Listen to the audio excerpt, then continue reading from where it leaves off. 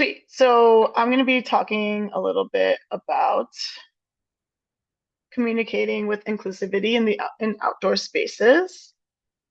Just some group norms for us. I'm going to be speaking from my own experience. I am not a number one expert. I'm constantly learning and growing.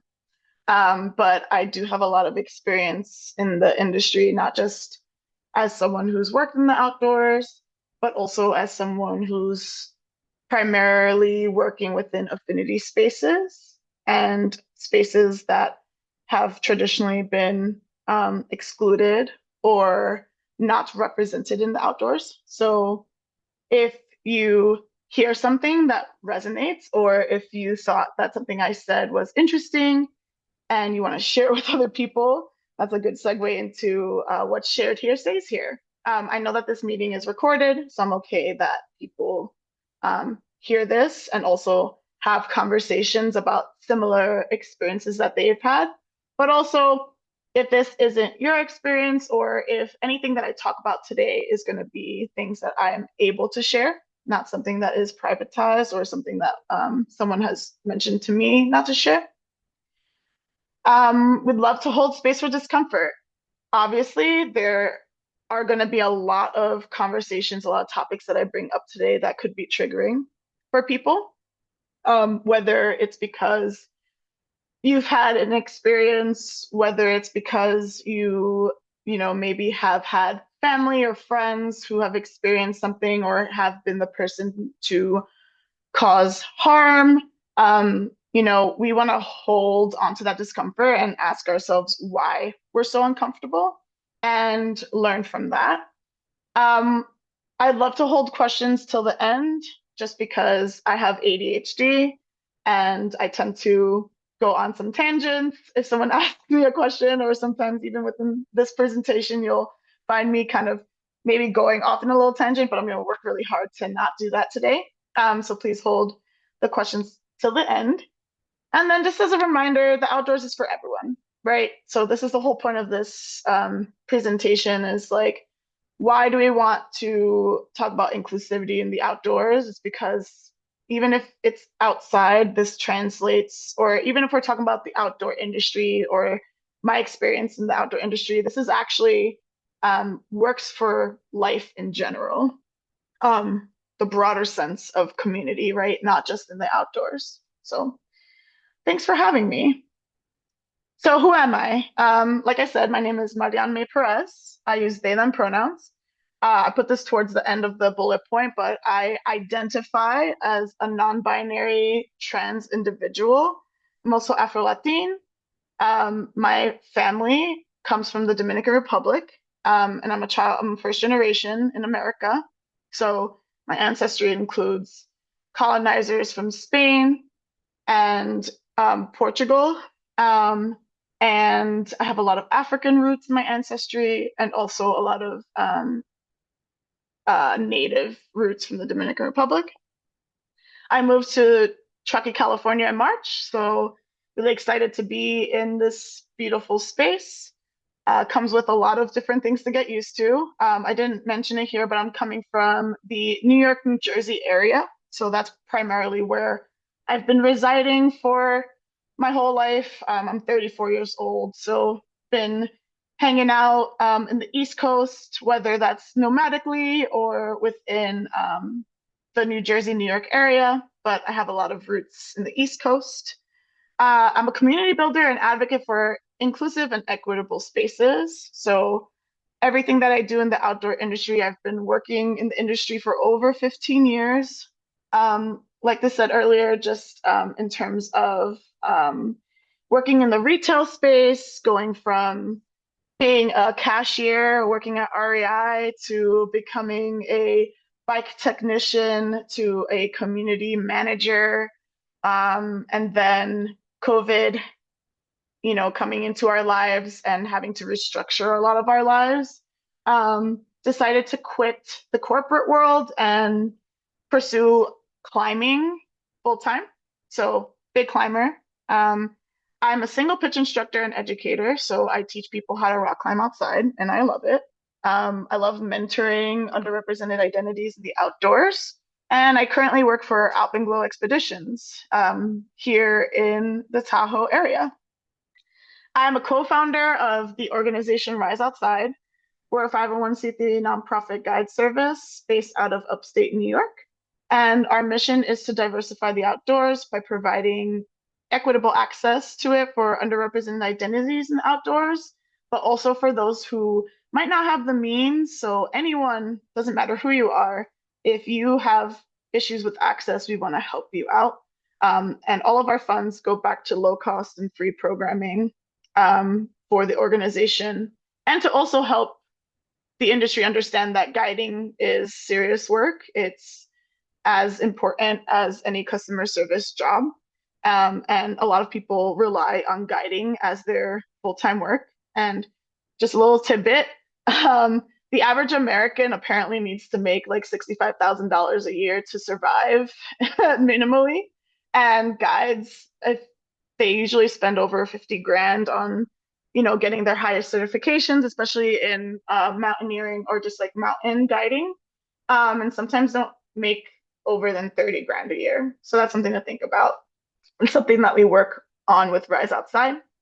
I'm also working part-time with Flash Foxy. They're a women and genderqueer organization that helps people find community within climbing. So I'm the event coordinator for our mini fest that's happening in the Gunks in upstate New York in October.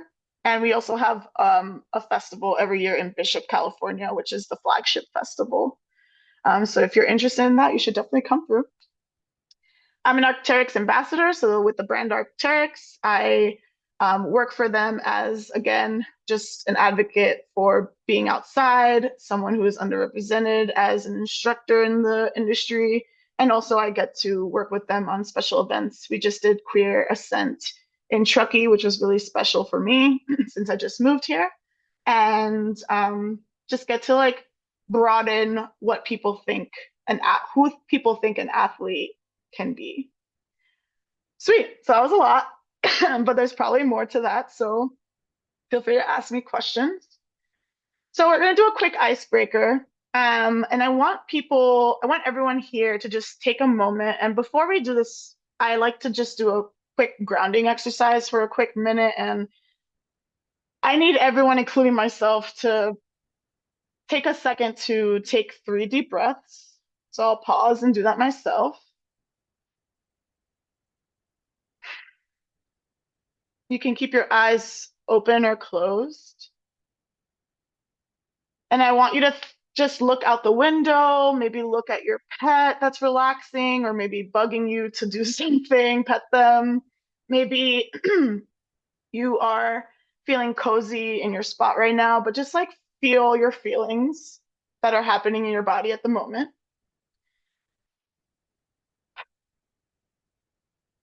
And once you take that last breath, I want you to look at this icebreaker if you're able. And I want you to think about a moment where you felt included and seen in the outdoors. And if you could and able, if you're able, please in the chat, um, write that word in there for me and I'll read it out loud. And if you're not able to think of a word, that's okay. I just want you to take it in and think about why we're asking this question.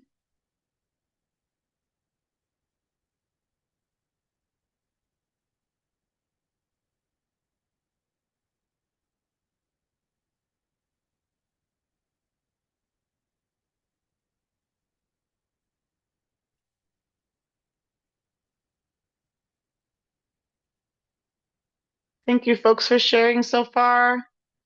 I have friends, joy, fire, curiosity, accepted, embraced, excited, contribution, capable. All fantastic words. Joy, another joy. I'll give another second.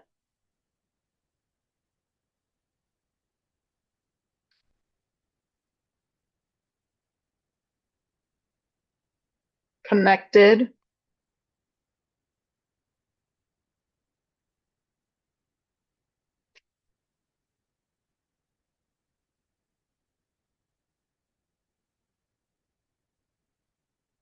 These are all great words, right? So the reason why I bring this up is because I think all of us want to be seen.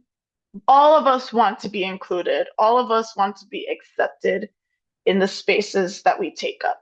So, not just the outdoors, but in life in general. When you have a group of friends, when you have a community at work, anything that has to do with interacting with other human beings, we all want to be seen, heard, accepted in some way. So, when we talk about inclusivity, we have to go back into history and think about why this is such a big deal, right? Why are we talking about inclusivity? Why does it matter to have people feel seen, heard, accepted, especially in the outdoor space? Oh, so I want you to think about this phrase or what I just wrote here. And someone else wrote whole. And I'll come back to the chat if anyone else, feel free to keep sharing words if you feel inspired. But I want everyone to think about this question or these questions. Have you been the only person in a group that looks, talks, or thinks the same way you do? What about existing with other people in the outdoor space? Have you ever thought about the majority in the room? What about on the trail? Or considered where exactly you're recreating? These questions are things that I constantly have to think about when I take up space in the outdoors or in outdoor related spaces. Within my career as an outdoor educator, worker, I have been the only person who looks like me, thinks like me, talks like me in a lot of areas, especially in smaller mountain towns. I've lived in Bishop, California before. I've lived in North Conway, New Hampshire as a nomad, in a lot of different places outside of New York and the tri-state area. And also have had my own biases growing up, which I'll talk about later, that have essentially stopped me from really pushing through the way I authentically want to be, and also have had to fight and talk about and have had to mask myself and my identity to be able to be accepted, especially within white, cis, heteronormative spaces. So when we talk about who are outdoor spaces for, period, point blank, they're for everyone, right? So no matter where you come from, no matter who you are, the outdoors is for you. But it's not always been the case for marginalized or underrepresented people within the outdoors. And we talk about historical exclusion as something that we have facts and we have the information out there. And why do people, maybe like me, like my friend who is Black, like my queer friend who just got top surgery, which means that, they are able to be exactly as themselves, right? Someone who physically looks like they aren't the gender that we might assume, right? There's a lot of different identities that recreate outside, but we need to start with the historical exclusion. So, for example, people of color, Black and Brown folks, Native and Indigenous communities have been excluded due to segregation laws, discriminatory practices, and social exclusion. And the NCOAE.org organization. If you go on their website, a lot of this information is on there. They talk a lot about this. And something else to be mindful when you do your research, when you look at the time frame of when people started really talking about exclusionary practices in the outdoors, you're going to find a lot of articles from 2020. That was such a big boom for us prior to 2016 with like the inequity within a lot of political spaces that talk about Black Lives Matter, talk about the exclusionary, people had time to sit down and actually think about these things. And when you look at the information and who's writing articles about this, there are a lot of Black and Brown organizations you could reach out to. Like Melanin Base Camp is a really great resource for specifically for climbers. And I'm mostly talking about the climbing space and also the general outdoor space. But if folks would love to talk about more resources, but we need to think about why there's not enough information after 2020, or why did this conversation kind of die down and stop? And it's because people are being called out. People are being called in to have these conversations. So when we think about the facts, we're going to think about the laws that were put in place back in the day. So we have the Indian Removal Act of 1830, the Dawes Act of 1887. Does anyone know about the California Act for the Government Protection of Indians from 1850?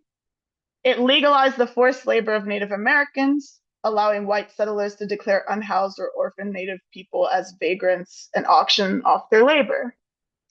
In terms of my personal experience and a friend who lives in Utah, who's within the Dene community, talked about how she, as a little girl, used to be able to have her practices on the land. And once Mormons came in and took over that land, she was no longer able to have her practices performed anymore because she wasn't allowed on the land.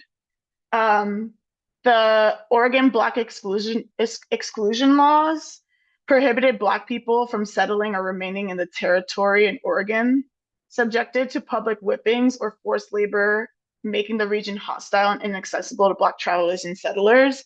I know for a lot of friends of mine that, even myself included, it's really scary to travel to Oregon because there's still a lot of racism that is openly accepted there.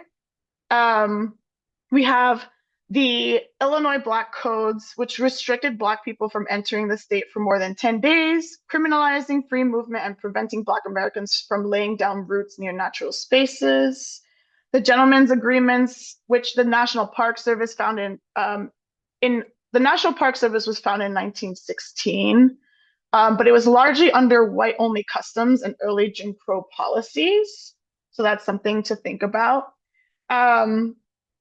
The Negro areas, the separate facilities within all of that, and then the Racial Integrity Act of 1924. So the list goes on, right? This is just like a framework, and sometimes people need the why. Why are we talking about this? Why? Like, the outdoors is for everyone. Like, the outdoors doesn't discriminate. Yeah, obviously, trees and grass are not going to discriminate. Mosquitoes are not going to discriminate, right? Ticks are not going to discriminate.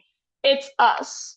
It's us and our own biases, and also revisiting history, right? Things that are happening in our country right now are a great representation of how backwards things are going. Especially, we can't just think about environmental law when it comes to caring about land. We have to think about all these other aspects to get more people to understand why it's important to protect our natural spaces. But when they've been excluded from those natural spaces, you can't make someone care enough, right? Because they might not see themselves out there, even though that space is for them. So we have other barriers, right? Economic barriers and access to resources. So urban areas, even like grew up in Washington Heights in New York City. I was not allowed to go outside because in the 90s, 80s and 90s, there's like a really intense drug issue that happened in my city. And my mom and I had a family that were, really worried about us going out just because they knew things that were happening. And I was never allowed to go to the park that was down my block, right? Because of all the wild things that were happening at the park. Even though that ended up dying down, my mom still didn't want me to recreate and go outside. So I stayed inside a lot during my, from like ages since I was born till about 10 years old. And then I moved to the suburbs.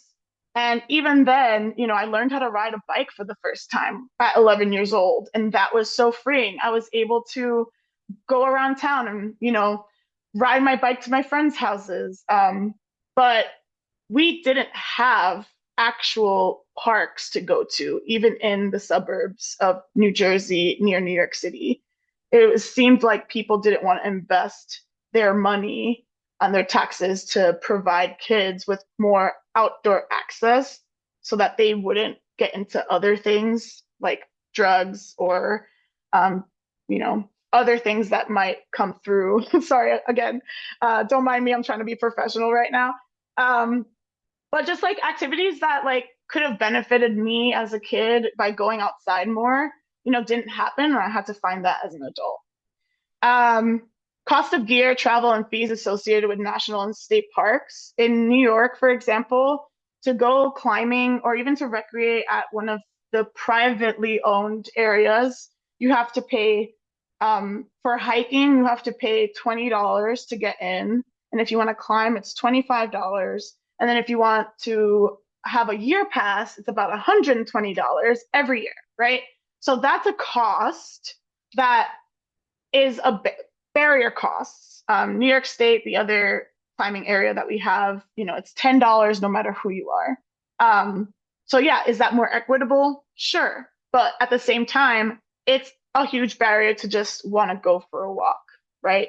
I know for us here, going to Tahoe, Lake Tahoe, like that's a whole headache sometimes, right? Because like sometimes you just want to park and walk to the beach and just go into the lake real quick. But like the summertime comes, it's like, oh, too many people. So we have to make it paid because it stops people from actually wanting to recreate in a spot. So think about that. Safety concerns, that's a huge one, right? I think about this all the time because you might assume that I look like a woman, right? And sometimes I have to look harder than I actually am, especially when like another someone who might look like a man comes towards me. I'm going to be a little bit more defensive because unfortunately, people like me, other women, other people in general, Black folk, it doesn't matter, right? Like sometimes we have to be in that defense. So, women, Black and Brown folks, Native communities, and the queer community, LGBTQIA2 spirited plus communities all have experiences where they do not feel safe recreating alone. The amount of Black men and women that are also constantly being discriminated against just because they're existing outside because someone has a bias in their mind about Black men or women not being safe people, that's a terrible thing to think about, right? But a lot of Black folks have a hard time either feeling like they're safe outside and will not be discriminated against because someone else thinks that they're going to harm them, or when we think about segregation, especially in the South, in the West, anywhere, right? We think about like how people treated Black and Brown bodies and what is normalized in our country. So safety is a huge factor in all of our communities. I have myself, my partner is trans, and my friends who are trans unfortunately have to do more research when we go into rural areas, like going climbing, like going hiking. We're constantly having to hold our, bathroom needs because we can't go into the bathroom safely. Sometimes I'm really scared about going into a random gas station, not knowing exactly where I'm at, especially in states like Nevada, especially states like Utah, where if I sometimes look more feminine, sometimes I look more masculine. And so when I look more masculine and I go into the women's bathroom because that's the safest bathroom for me, I might get dirty looks. I might get someone that's does a double take and starts thinking like, well, who are you? Why are you in this bathroom? Um, I want you to think about like times where maybe you felt uncomfortable going outside, or maybe you had an experience where something happened, right? And how has that affected your recreation as someone that just wanted to go out for a walk, someone that just wanted to go out climbing, someone who wanted to go to the most beautiful remote area in these mountains to just enjoy like fresh air, right? Like, unfortunately, like if you haven't had these experiences, consider yourself privileged, right? I don't want these bad things to happen to people, of course not. But we have to be aware that these things do happen and we can't ignore that they don't happen. Hope everyone is with me. Thanks for your patience. Okay, I want to be more inclusive, but how do I do that? So I want you to start thinking about these concepts. Have you tried listening? The amount of people who don't like, I feel like in school we're not taught how to actually listen, except to our like to the teachers. Like we have to listen to the teacher or else. We have to listen to this person or else, right? We have to listen to our president tell us that trans people are terrorists or else. It's like, no, right? Like, why are we listening to different voices? Are we listening to different voices? Are we listening to the only person that looks like themselves, that looks like the only different person in the room? Have we been communicating with each other? Have we been asking questions? I feel like so many people are so afraid to ask questions these days because they don't want to offend the other person. But it's more offensive if you are authentically asking a question to someone because you want to get to know them. There is nothing wrong with that. And you also have to accept if that person doesn't want to share with you, then they don't want to share with you. Just move on, right? But don't let that one experience or that one person stop you from wanting to ask authentic, genuine, conscientious questions. Um, Doing your own research, right? I find this to be the funniest and most frustrating thing because for me personally, if I don't know something, we have the technology, right? Unless you don't have access to the internet or you don't have access to um, searching something quickly, um, there are public libraries to go into to read a lot of books or to get stuff on like an audible way of listening to books. There's just, we have this public resource that's free for us, and they definitely have a lot of resources for us to use. So if you don't have access to the internet, consider going to the public library. Consider just like, maybe you don't have a queer person in your life. Maybe you don't have a black or brown person in your life, or the majority of your people in your life are like you, right? Or maybe for me, like, I definitely have had to like research like culture in the South because I get like ma'amed a lot, right? And I don't like ma'am. But at the same time, I have to research why people do this, right? It's part of the culture. And from that, I can understand if someone says ma'am, Mr., Mrs., but I also can say, hey, I actually don't like to be called Mr., Mrs. I like to be called by my name. And if that person does not respect that, that is a whole different conversation. And a bullet point I didn't add here was, have you tried respect, right? Respect is probably the number one thing we should be thinking about. And I can't believe I didn't add that here. But when we think about connecting and inclusivity and talking to each other, we have to think about respect. And if you're not leading with respect, it's going to go nowhere. Nothing will be solved, right? So respect yourself and respect each other. We don't need to shame ourselves for or others for not knowing the answer right away, right?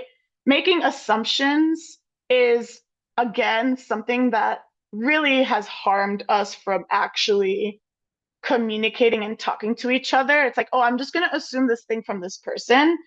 If I have an issue with someone, or maybe I had a bias towards a person, this happened the other day with someone that I personally did not know, but they were in my sphere. And we had a really meaningful conversation. And I was like, dang, I actually judged you really hard based on what I saw on the internet, for example, or what I've heard. And I'm here to, I told this person, like, can I share how I've been feeling about you? And I want to apologize for feeling this way because I had this bias. And they were really receptive and they really appreciated me sharing with them. And they actually felt bad that that's how they were being perceived. But at the end of the day, I was also perceiving them without knowing them, right? And it just opened up a conversation and cool, we're friends now, and that's awesome. But like, I'm gonna call you in if I don't, if I feel like something isn't right between, like, for what you said, right? And that's because, and I want the same thing from you. It's not just a one-way street, right? Both people, both entities have to come together, and it's okay to disagree with someone, right? I feel like if we don't agree with each other, then that's it, you're canceled. It's like, no, you're not canceled, but I'm also going to have the opportunity to share my opinion with you, right? So if you can share your opinion that's extremely broad or something that might not agree with, I'm going to have that conversation with you and I'm actually going to say, hey, actually, I disagree. And that's not a fighting word, right? That's just opinions, that's conversation. And that's how we interact with each other when we don't know something, right? Or we don't agree with something. But we do not want more people playing devil's advocate. Enough of that. Like, it invalidates real human experiences, builds emotional exhaustion, and acts as a shield to mask offensive opinions or preserve dominant power structures. So recently, I had to talk to a someone who was training me, and they were using language, and the group was using language that I personally did not agree with. And so I called this person out in front of the whole, or excuse me, I called the person in and corrected what they said about something, and they paused and didn't understand why it was maybe incorrect or offensive. And I didn't say anything right away. They realized what they said and they're like, oh, okay. So when we talked about it later and I said, hey, like, forgive me if I called you in front of other people. I'm not going to not say anything to you if you say something offensive because you're a leader in this space, but I can talk to you separately about how you can change that language. And when we talked about certain things that were mentioned in the group, we talked about the word savage. And the word savage is extremely harmful for Native communities because savage was used to, um, you know, explain that Native Americans and what they did were savage. It was derogatory towards them. And he played devil's advocate. Sorry. Yeah. He played devil's advocate and said, well, what about saying it in a place, right? Now, I'm not a part of the Native community here, but I have friends who don't like that word, right? And I stopped it there and I said, hey, playing devil's advocate causes more harm, but I think you should do some more research. And if you feel like that word is okay to use, basing it on a place, that's your decision. But I hope that you do more research and protect yourself if you are in front of other Native folks and you use that word, they might not react the way I did, right? And that's a conversation to have. But to play devil's advocate, might as well just ask more questions.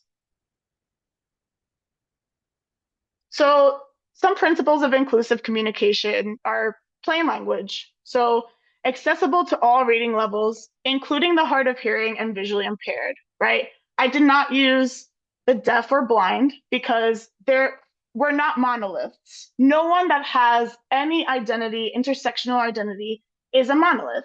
Whether you're a white person, a black person, a queer person, um, someone with disabilities, with a disability, like we're not monoliths.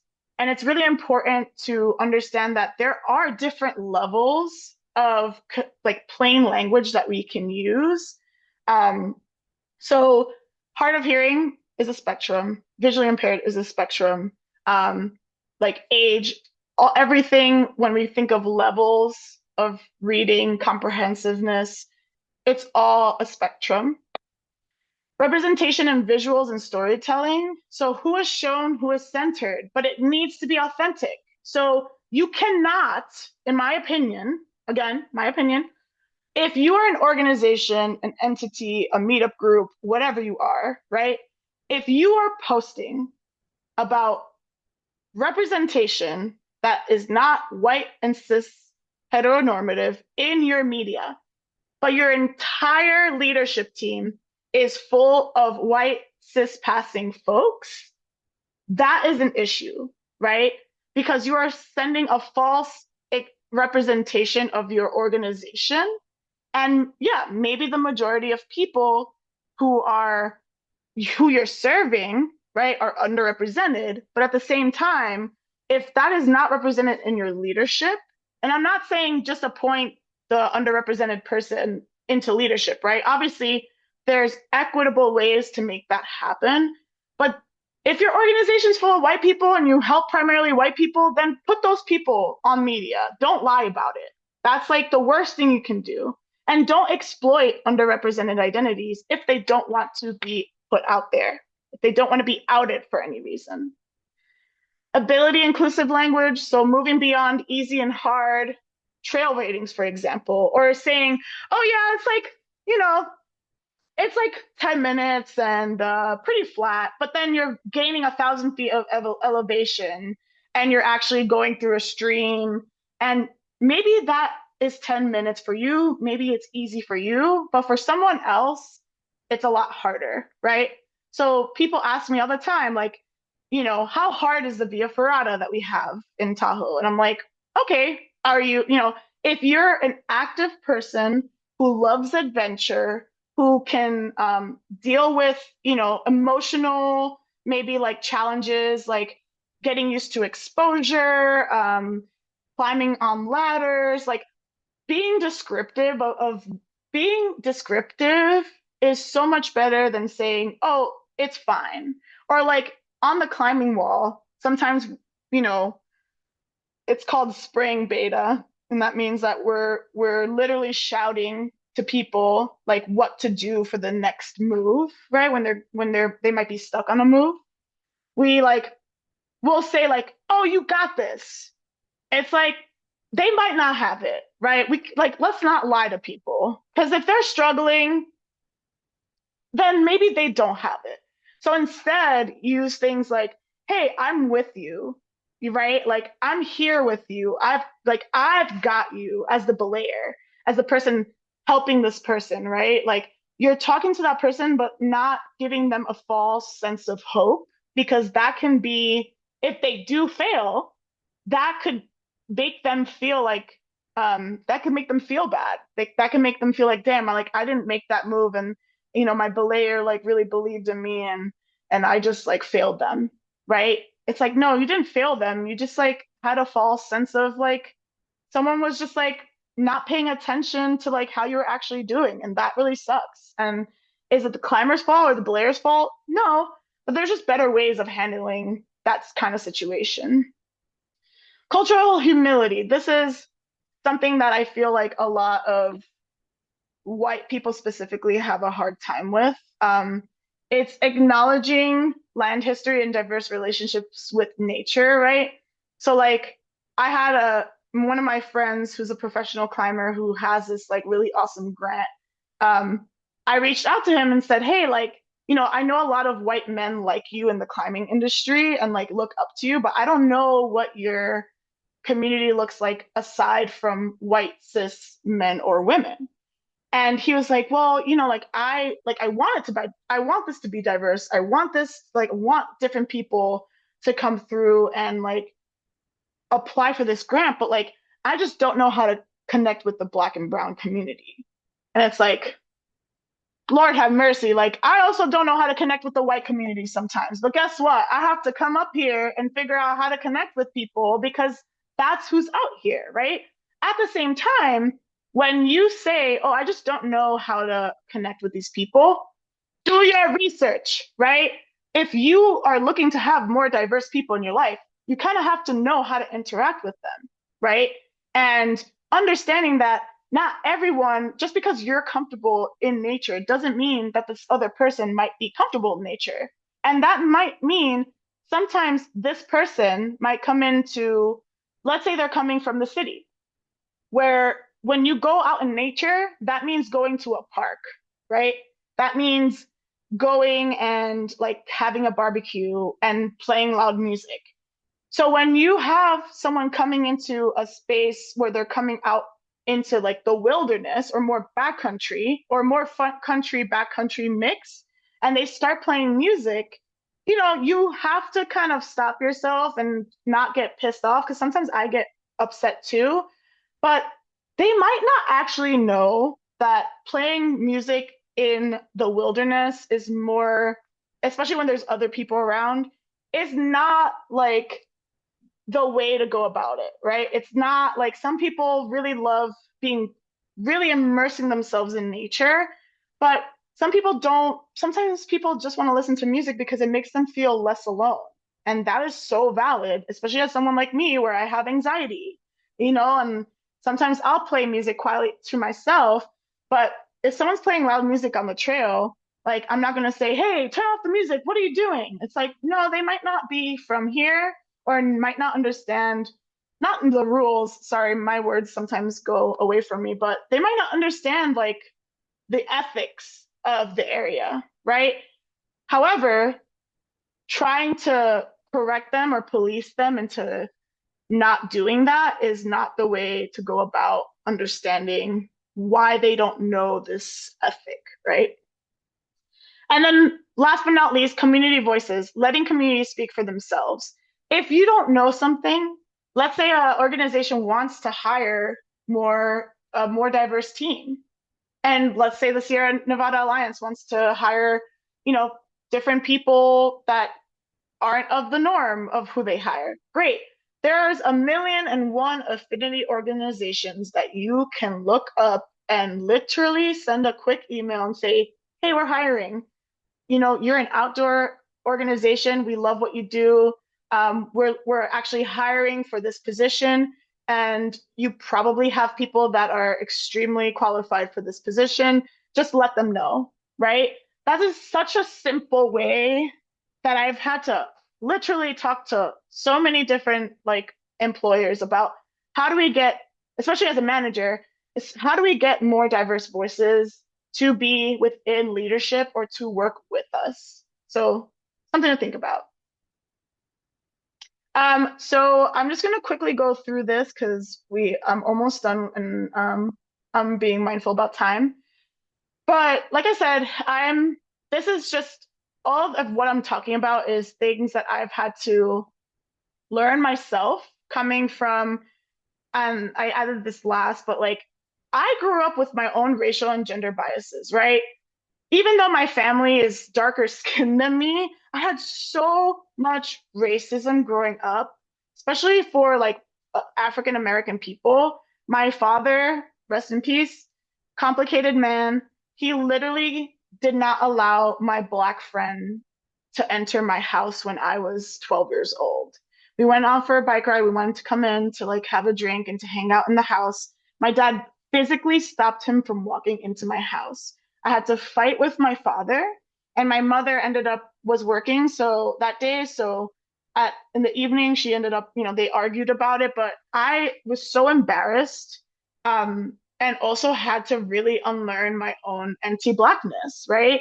Um, within my own trans identity have had to, fight the anti-transness that I have within me, the anti-queerness that I have within me. I grew up with gay men in my life, but still had like, it was like the cool thing to make fun of gay people because that's just how the media portrayed, right? Like all of that stuff is so harmful. And this is the reason why suicide rates are up within queer people, folks who just people, especially like queer people, black and brown folks, like aren't taken seriously in the medical system, right?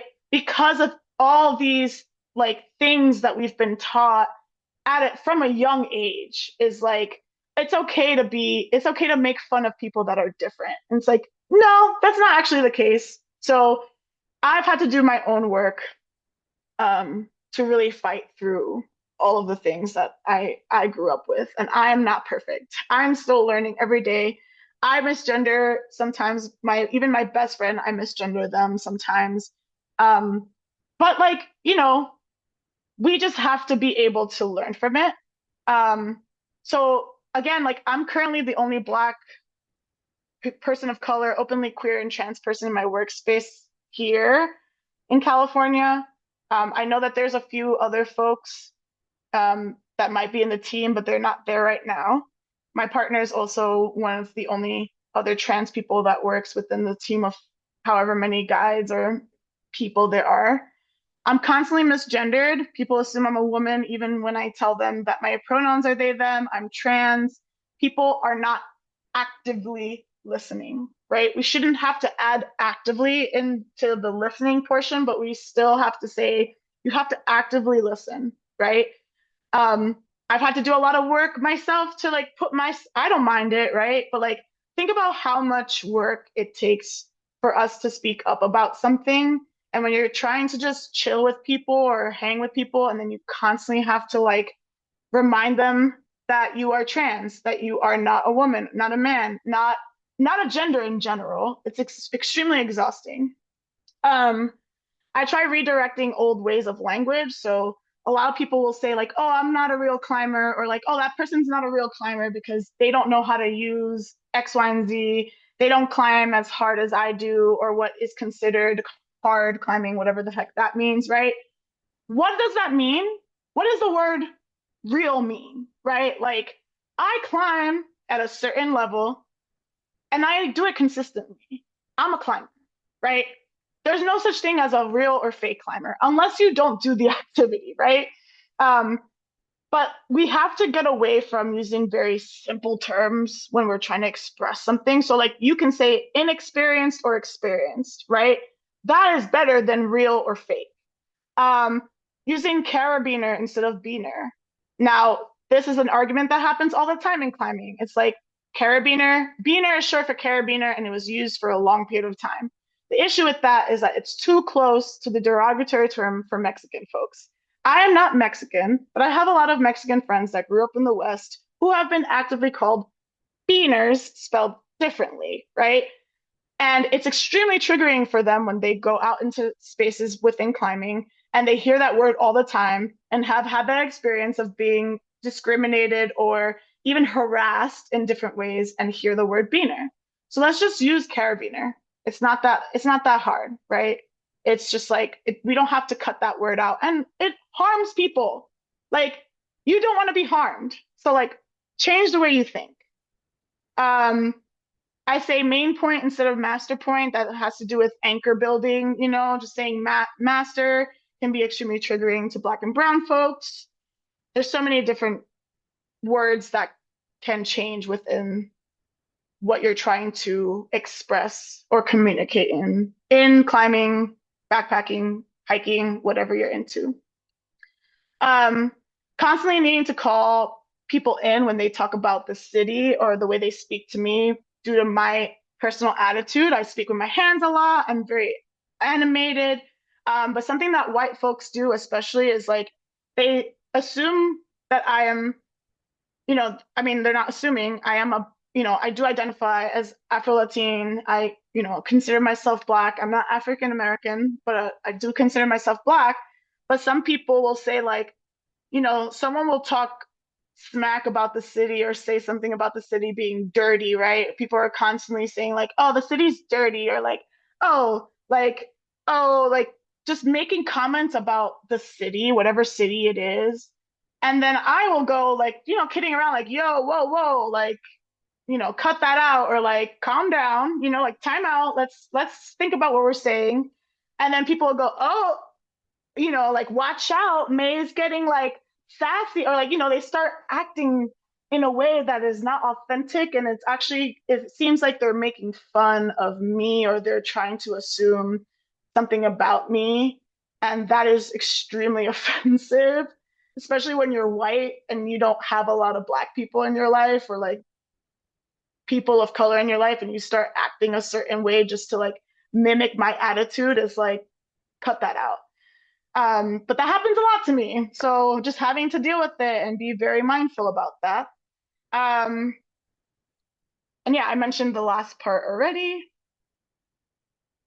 So just some thoughts to take home based on like my identity and my experience is gender identity and sexuality are two different things, right? So I'm trans non-binary. That is my identity. That is separate from my sexuality. I am pansexual, which means that I love and accept and will be with romantically anyone, any gender, right? So those two things are different. You can be a cis woman, you could be a cis man, but can be a lesbian, bisexual, gay. Like, think about those things as two different things. And gender is a construct. Society has made it so that women and men do certain things, right? But that was all made up. So think about that. Just because you don't have the same lived experience as someone else doesn't mean you can't have empathy or sympathy for their experience. That's why communication is so important. Same thing with number three. Don't assume anything. Just don't. Ask more questions, right? If you care, ask more questions. If you don't, move on. Just don't be fake about it. Don't make correction a big deal. Take a deep breath. Apologize calmly if you make a mistake and move on, right? So when I asked someone one day, like, what their pronouns were, I was like, "Hey, by the way, you're calling me she, her. I'm actually non-binary. I use they, them pronouns." And when I asked her what her pronouns were, she goes, I'm who I was born, and I have a vagina, and I was just like, okay, I did not need to know that information at all. I don't want to assume your pronouns. So do you use she, her? Do you use they, them, he, him? And she was like, "Well, she, her, but I don't really care." I'm like, "Okay, well then that makes me think you're genderqueer." But then she started talking to me and actually started denying my trans identity by saying that, well, she studied neurological science and she did this, and men and women have specific chemicals in our brains that make us who we are. And I had to pause her there and said, "Hey, everything that you've learned, why don't you keep that in the back of your brain, because you have that. But now I need you to go on, use your resources and start looking up the gender identity and what that means for queerness. If you're going to be within queer spaces, you got to do your research, right? You can't just assume everyone is the same, because we're not monoliths. We're all human. To that point, we're all human. We adapt and make mistakes. Don't beat yourself up if you mess up sometimes. I mess up all the time, but do your work, right? So even if that person, like, if we don't work out for some reason, it's okay if I don't want to be their friend, right? But I hope that I gave them enough sympathy to talk about things and understand it, and hopefully they go home and do their own research. I don't need to be the only person giving them that research or the only resource for them to be better with talking to a lot of different people. And then be open to learning and growing no matter how old you are. It starts with you, and it starts with me, and it starts with us. We are not meant to be individualized. We are meant to work together. So when we don't work together to make this place a better place, that's when things go really wrong. Just like the ecosystem in a forest, we care so much about the ecosystem in a forest and what's endangered, what's what's extinct, like what bug is terrorizing this plant. It's like, okay, cool. Let's think about that within humans now, right? Let's think about what happens when diversity gets put into ecosystems of humans and what ends up developing when you have diverse voices joining in on these conversations. What changes and how do we react to that change? So yeah, so that's my presentation. That's what I've got for y'all. I'm gonna share this video. Like I said, I think it's really helpful. When my friend Patrick Dunn, who also runs Out in the Wild, they're a guide service in the West Coast that have specifically have programs for queer individuals and organizations that are interested in being guided by other queer people. Yeah, sorry about the sound, folks. Here is the link to the YouTube video. They're called Wayfinder. And they do stuff with companies as well. Like I said, they're not just like for academics. I think this is free on YouTube. And yeah, just remember, like, when we think about these core skills that maybe we weren't taught as kids or just like in general in life, it doesn't mean that we can't learn now. It's never too late to learn. So I'm still learning a lot. I'm still comprehending the way I can. But I just want this place to be a little more inclusive at the end of the day. Hopefully in 30, 40, 50 years, we don't have to be talking about this because it just, diversity is normalized. So Yes, thank you so much for your presentation. It was really inspiring. I got a lot of good takeaways, so I really appreciate that. Thank you.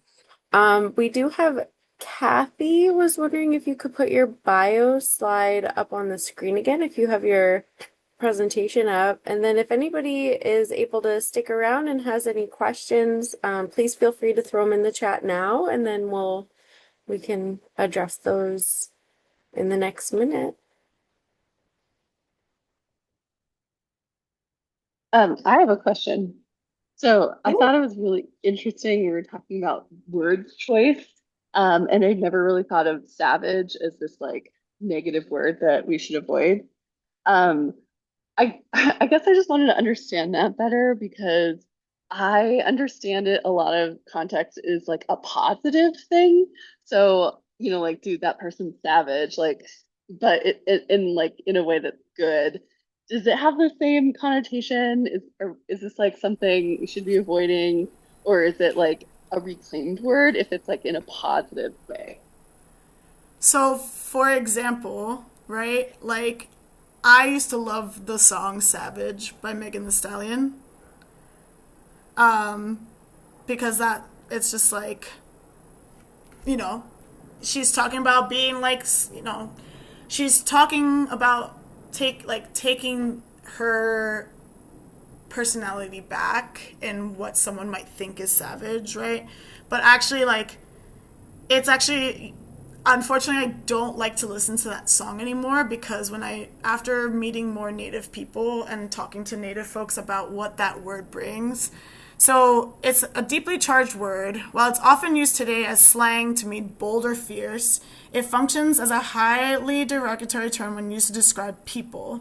Historically, it was used to label indigenous, nomadic, and tribal groups as uncivilized to justify colonization and violence.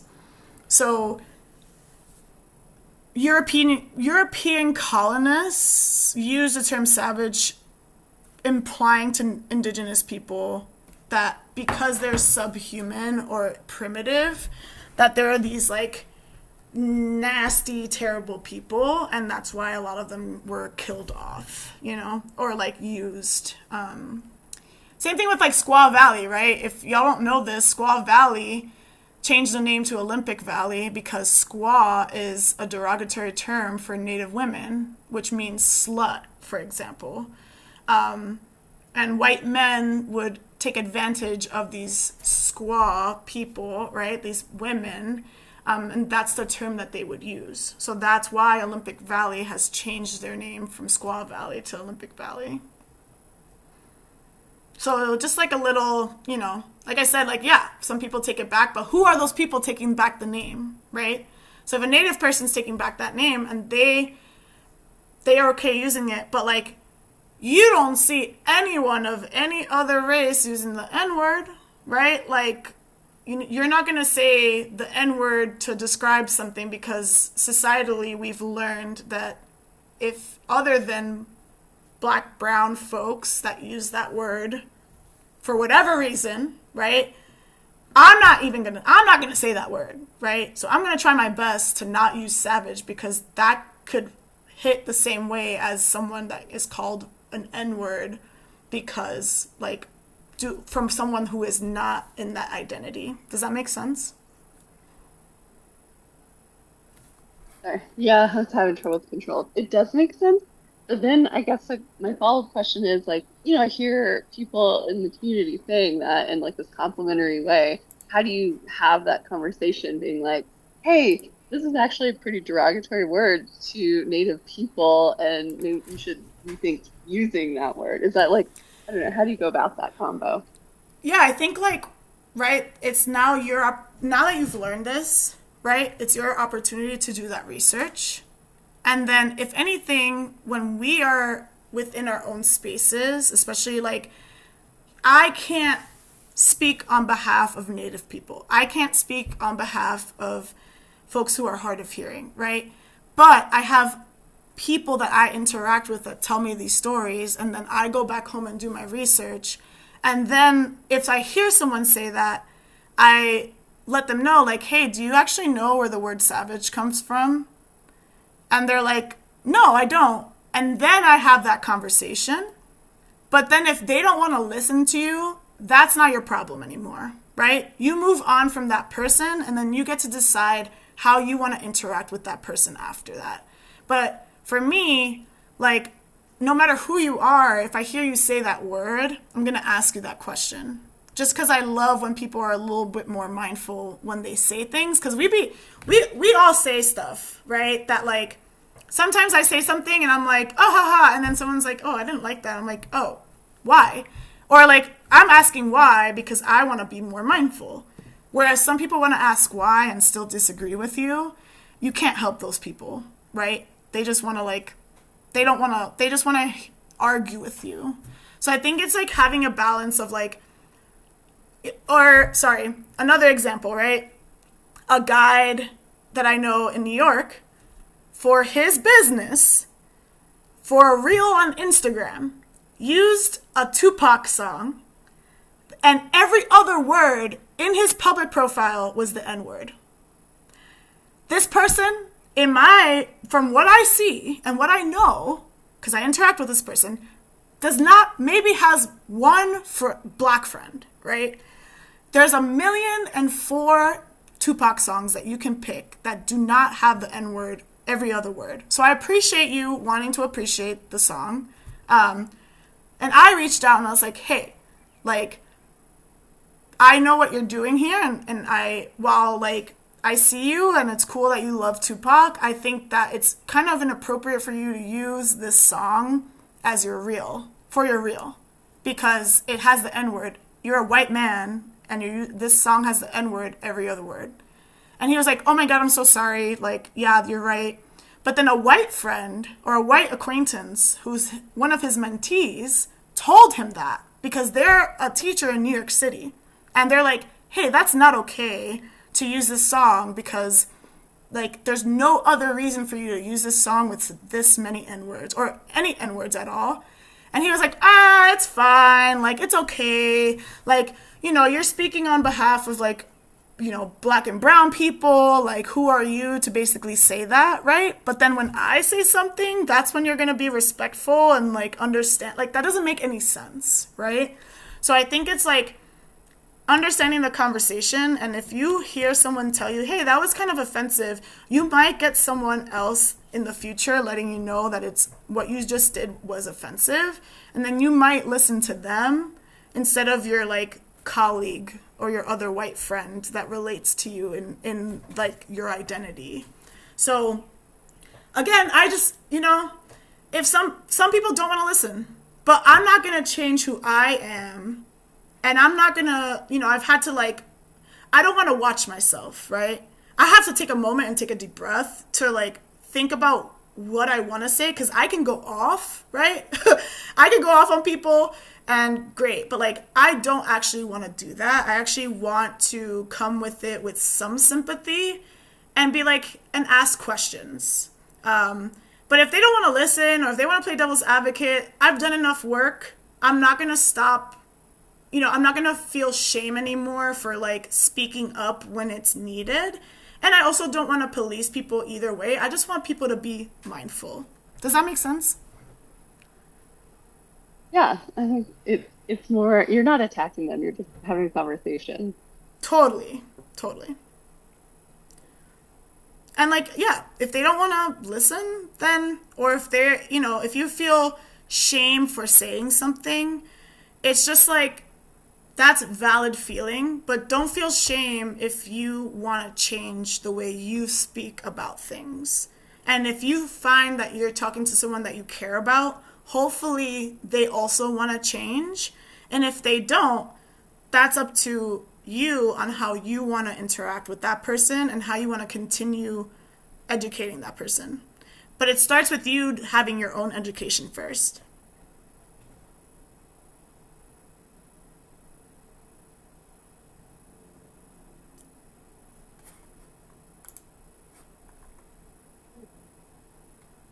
Awesome. I'm just looking through the chat.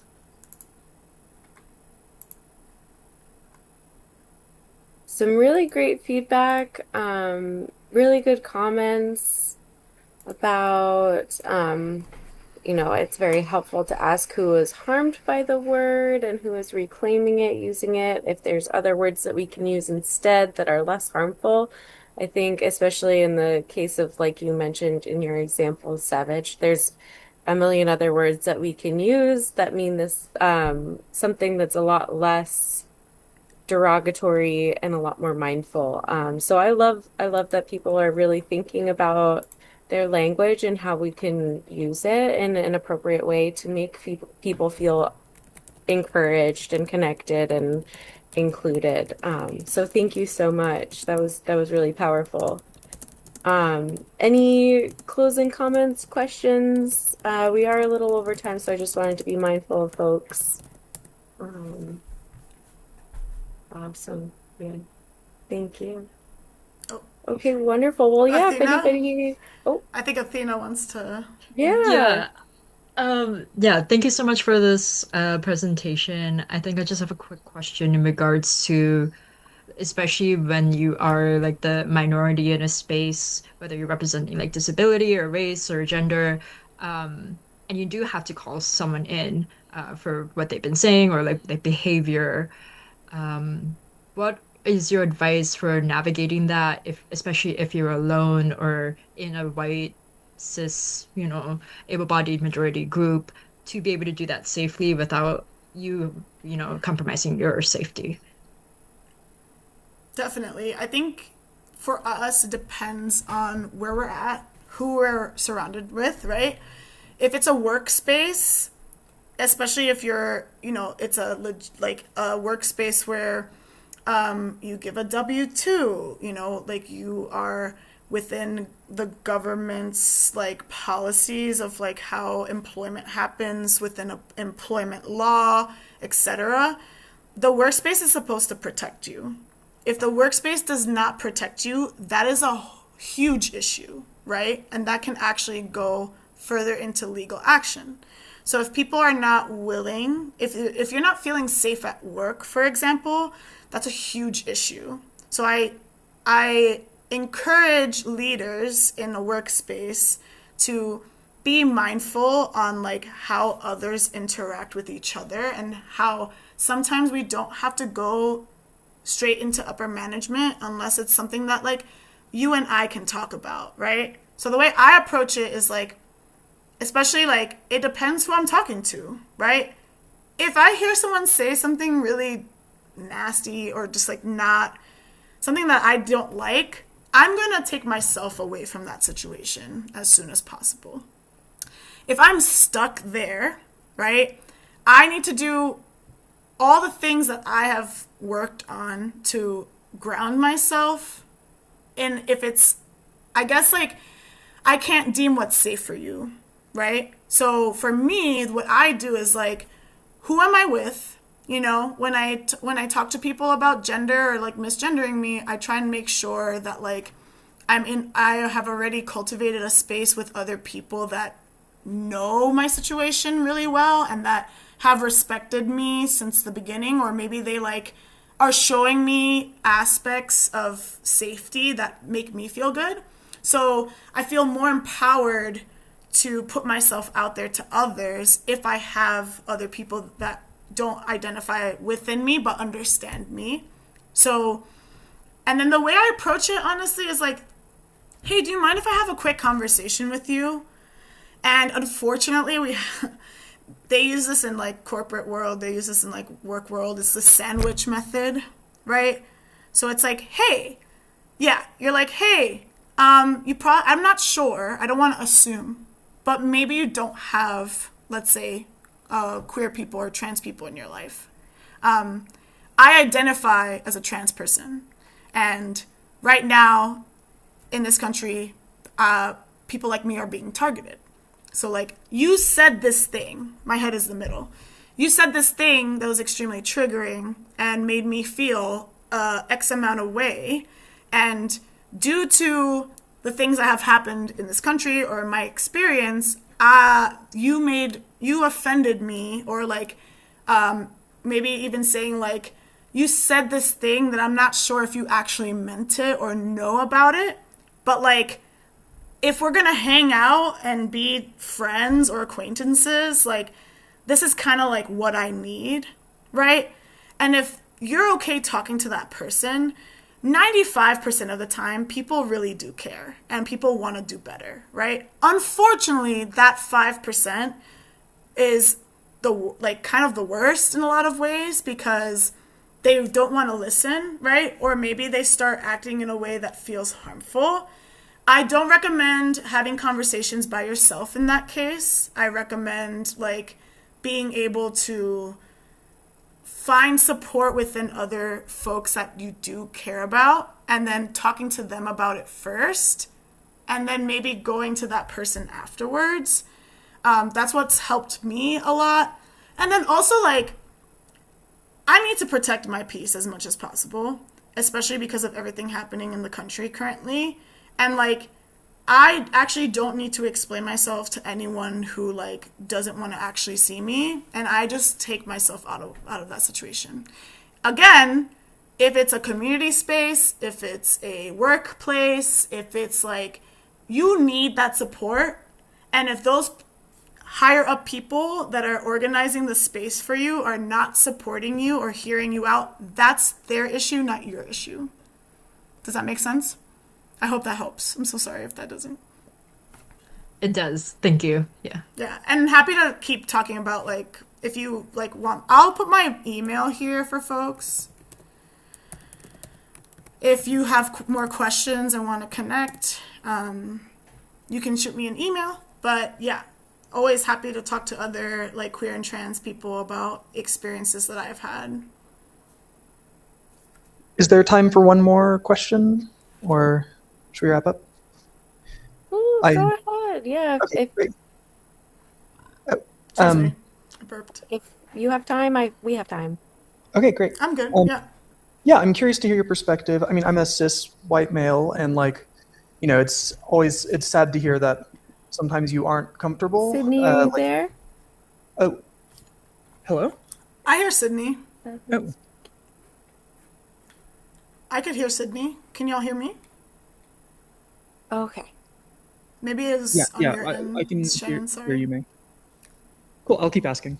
Yeah, like, I'm a cis white male, and like, I guess hearing that sometimes you don't feel comfortable speaking up like makes perfect sense. And I'm wondering like how often does that happen? Like I guess I'm just kind of worried from my perspective, like maybe I'm often saying things that hurt people or offend people and like they don't speak up and I'm just like clueless, right? And I'm like, I want to be better and improved. And I just kind of want to know like, is there something I can do to kind of show someone or like, I don't know, make someone else feel comfortable sharing whenever I misstep? Like, is there something I can do to help with that? How often does this happen? Yeah, so I think like when it comes to depending on what kind of space you're talking about, Sydney, thanks for sharing that question. I feel like a lot of people can relate to that question. For example, in professional spaces, I love intros, right? And I love, like, even if the majority of people know each other, if you bring in a new person into your group, everyone should introduce themselves, right? It's the feeling of being included into a space instead of feeling like you're being added into the space, right? So when people don't do intros, I can't share my pronouns, and then I have to then tell everyone my pronouns and explain that, right? Especially in the workplace, like, it's like, we did a training. I didn't know everyone there. People didn't know me. But we're just like going into the activities, and I was like, oh, fudge. Like, I'm literally the only non-cis passing black queer person in this space. And now I, in front of all these men, have to now explain I use they, them pronouns, right? Whereas the leader of the group could have just been like, hey, we're going to go around, introduce ourselves, share your name, your pronouns, and then start by saying, my name is X, Y, and Z. I use he, him pronouns, and like a little icebreaker, right? Just to like make it normalized that it's okay to share your pronouns. And also it gives the people in the space who maybe are afraid or maybe masking in the space to then feel more welcomed to share their pronouns. They're not safe yet, right? No space is safe unless that person feels actually safe, but they feel welcomed to want to share, right? There's also like our own biases that we need to start thinking about, right? So if you think about your friend group, think about your family, right? Think about the people you interact with every day. Are they exactly like you, right? Or physically, right? Do they look like you? And if that's the case, and you don't have a diverse group of people in your life, you probably don't know a lot of different things that people have experienced.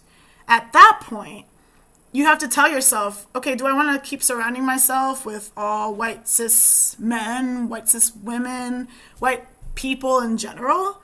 Or do I want to like immerse myself in a very like authentic, thoughtful way within culture, right? So like, yeah, if you're going to start listening to hip hop and doing things that you are assuming black culture would appreciate, that's not it, right? But learning about where hip hop comes from, how to express yourself authentically in your own way, right, is more important than like acting like that culture, right? I know a lot of people here love to say, oh, I found my tribe. Don't say that, right? Like, you don't actually, if you're not native, saying that you found your tribe is actually kind of corny, right? Like, a tribe, yes, like the definition of a tribe, right, is like a community of people that are together to live and exist together and do life together, and especially within native cultures. But like, for white people to say like I found my tribe or like my spirit animal, it's like you don't actually know what that means. Culturally, like using that language and not having Native people in your life to like explain to you what is actually good for them to hear, like you're just appropriating. And appropriation is like assuming, right? Is assuming that it's okay to just do this because, because it's a known thing. And it's like, no, actually, we can be more mindful, right? Like, I used to use spirit animal all the time until I started working with more Native communities. And, they don't like that. But maybe another Native community in a different part of the country doesn't care, right? But it all depends on where you're at, what your region is, and it's not assuming that anyone is a monolith. Sydney, you're not a monolith, right? I know a lot of, I had an ex who was a white cis man who grew up in poverty, right? And had a hard time, as a kid because his parents were poor. But then, growing up, he had a lot of privilege in finding jobs, in getting promotions, because he's a white man, right? So when we talk about systemic issues, he would get upset because he's like, well, I had it hard growing up, so why do I need to care about this other black person not getting the same opportunities as me? It's like, well, systemically, this is very common for black people to not get the same opportunities as you, even though they're more qualified for the job. And you got this job being underqualified as a white man for whatever reason, right? So it's something to think about when you think about your own experience and having sympathy for others because we've gone through something that really oppressed us or offended us. And then taking that feeling and putting it towards other people and trying to listen and hear other people. That was really long. Did any of that help you? Yeah, absolutely. I think there's a lot of little pieces of information in there that are valuable, such as the value of using using pronouns and introducing yourself with pronouns, even if you're not worried about someone misgendering you. That makes sense. So that's something I'll try to do going forward. Yeah, so thank you for your answer. Yeah, and I talk in examples because sometimes I don't have the right words for things, so I just appreciate everyone's patience with me storytelling.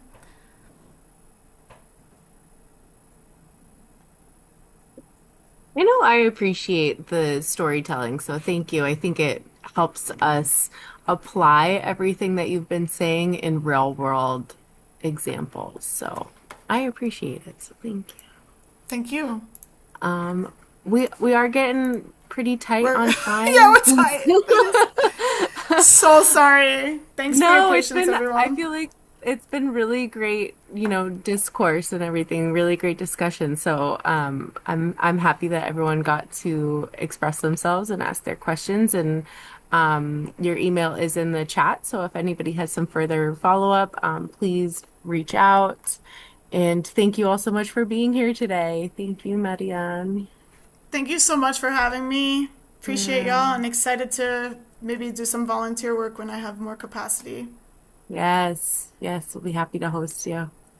Thank you. Have a wonderful day, everybody. Thank you. Bye. Bye.